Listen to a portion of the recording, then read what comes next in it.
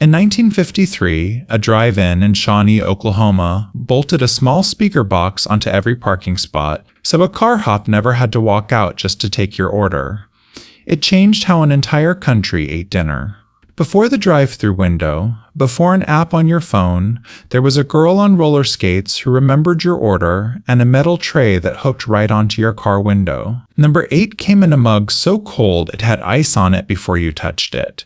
Number 1 wasn't really a food, it was a feeling, and you're about to remember exactly what it felt like. Hit subscribe and let's count down 10 forgotten foods and rituals of the American drive-in that disappeared when the car stopped being the dining room. Number 10. The footlong chili dog. A steamed footlong frank in a warm bun, buried under a spoonful of thin, meaty chili, a stripe of mustard, and chopped raw onion. It cost about 35 cents to the late 1960s. The trick was eating it before it fell apart in your lap, because the bun never quite held under that much chili. Teenagers ordered 2. A family of 4 could eat dinner in the car for under $2. It was the drive-in's answer to a real meal, built to survive a tray hooked to a rolled-down window. You won't find one built that sloppy, that cheap, or that fast anywhere today. Number 9. Onion rings and a paper cone. Thick-cut onion rings, battered heavy, fried dark gold, then stacked upright in a tall paper cone instead of a flat basket, so the grease drained down instead of pooling in your lap. A cone cost around 30 cents. The rings on top were always the crispiest, and there was a quiet negotiation over who got first pick. Drive-in stopped using the cone once fast food standardized everything into flat cardboard, and something about the presentation, the height of it, handed straight through a car window, went with it. Number 8. The frosted mug root beer float. The mug came out of a freezer, not a cupboard already fogged with frost, cold enough to sting your hand. A scoop of vanilla went in first, then root beer poured slow so the foam built without spilling. It cost around 20 cents. This was the signature order at root beer stands going back to the 1920s, and it was never really about the drink. It was about a mug cold enough to numb your fingers on a hot night. Plastic cups don't get that cold. That exact frost is close to impossible to find now. Number 7. Fried clam strips. Along the coasts, drive-ins swapped burgers for the sea. Clam strips in a thin cornmeal batter, fried until they curled and crisped, served in a paper boat with tartar sauce and a lemon wedge. A boat cost about 45 cents, more than a burger, which made it feel like a small splurge.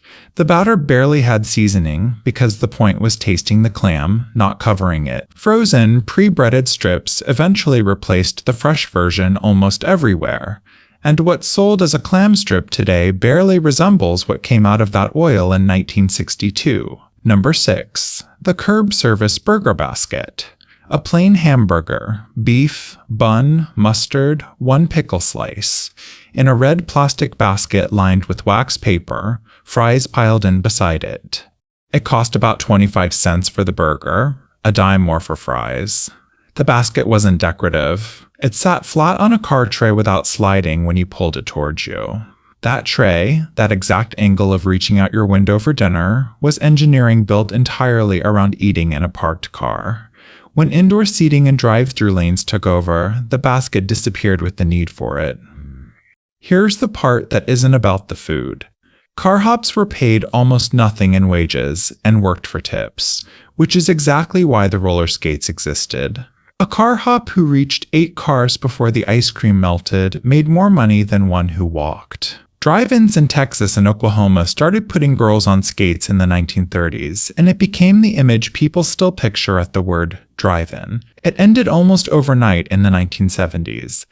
A McDonald's in a small Arizona town, next to a base where soldiers couldn't leave their cars in uniform, built the first drive-thru window in 1975 to solve that one problem. It worked so well, every chain copied it within a few years.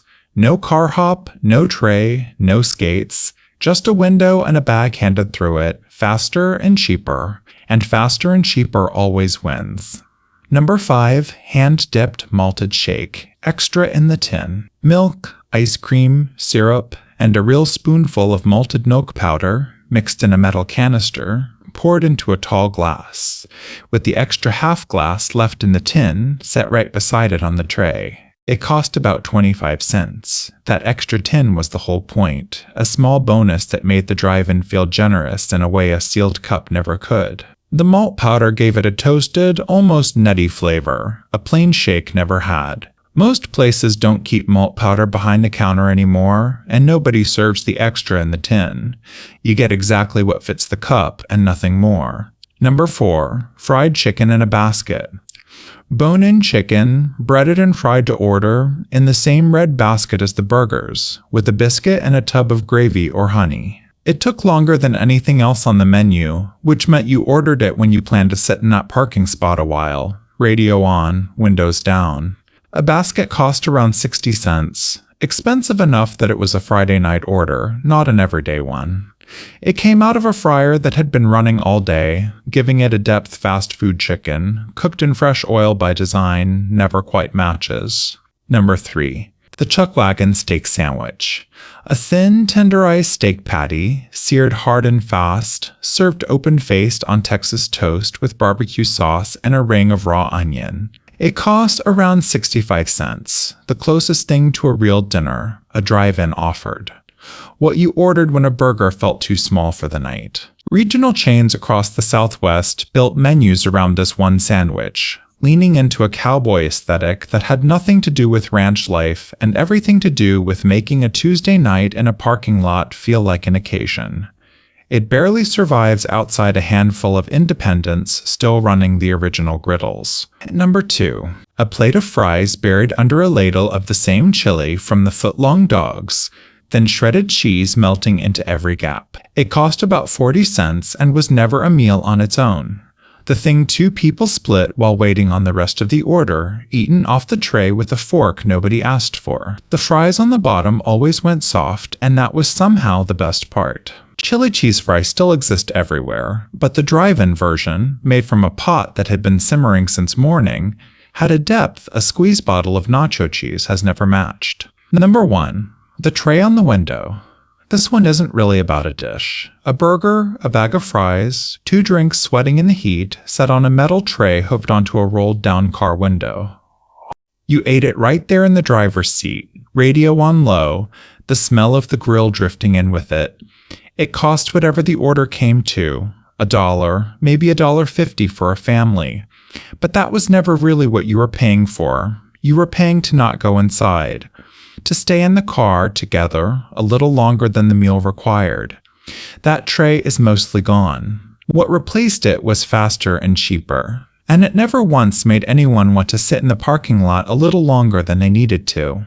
10 things on this list, and only one of them was ever really about the food. The rest, the tray, the frost on the mug, the girl who remembered your order, that was the actual meal. We traded it all for a window and a bag handed through it in under 90 seconds. And it's hard to argue we made the wrong trade when you're the one in a hurry. But maybe you had a drive-in growing up, one specific one, with a name you can still picture on the sign. Maybe there was an order your father always got without looking at the menu. Whatever that was. That's the part that never made it onto anyone's menu again.